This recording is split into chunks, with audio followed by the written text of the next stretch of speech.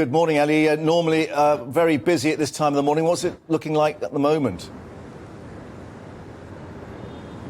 Well, good morning to you both. Still very busy, but it's people waiting to get on those first services out of Euston. There was that Network Rail strike yesterday. The hangover is still very much being felt this morning, and there are people sitting and waiting here for the first trains to leave. It's not going until 7:45 this morning from the rail station here at Euston. So even though it's not technically a Network Rail strike day, it certainly does feel that way at this point. But you can also see behind me the entrance to the tube here at Euston. The railings are shut, and they're going to continue to be shut for the next 24 hours. There is a separate strike today going on the London Underground and the London Overground. They're expecting 10,000 tube workers to walk out alongside 400 overground workers. This is in a strike over pay and conditions and jobs. It's really going to impact people heading to work in London, and also later on today heading out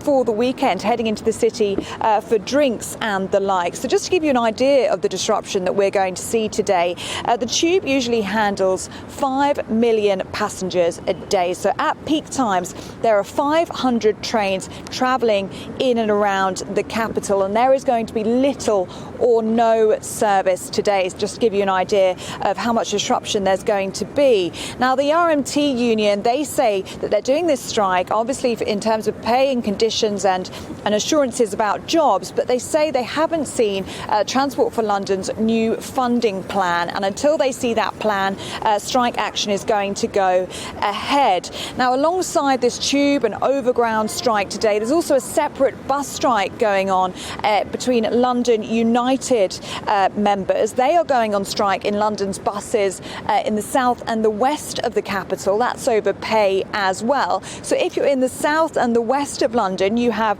no tube service, you have no overground service, and you have no bus service. So those people especially are going to be forced onto London's roads, and we're already seeing huge disruption and heavy traffic in lots of parts of London, and there's already significant charges on ride-hailing apps such as Bolt and Uber. I had to drive here this morning because obviously there's no other way to get down here, and I actually found it really difficult to find a car parking space. So obviously people are already getting used to this idea of seeking alternative modes of transport or making alternative arrangements. Many people are heading onto the roads today, but the general advice is if you have to come into London today, and the advice is not to travel at all, but if you do, leave plenty of time and do check before you travel.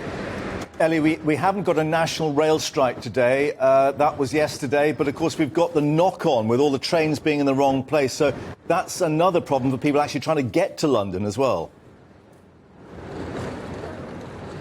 Yes, absolutely. I mean, the timing of this strike is significant. It's sandwiched between those two national strike days. So the first trains aren't leaving Euston here until 7:45 this morning. And as you so rightly say, those trains are all in the wrong places. So at the moment on the board, they all say they're on time. But I think we could see some disruption this morning where those trains simply aren't in the right places. But it is hoped that by lunchtime today, it will start to feel more like a normal day on Network Rail. But of course there's then another strike day on Network Rail tomorrow, so whatever ease there is this afternoon will be very short-lived.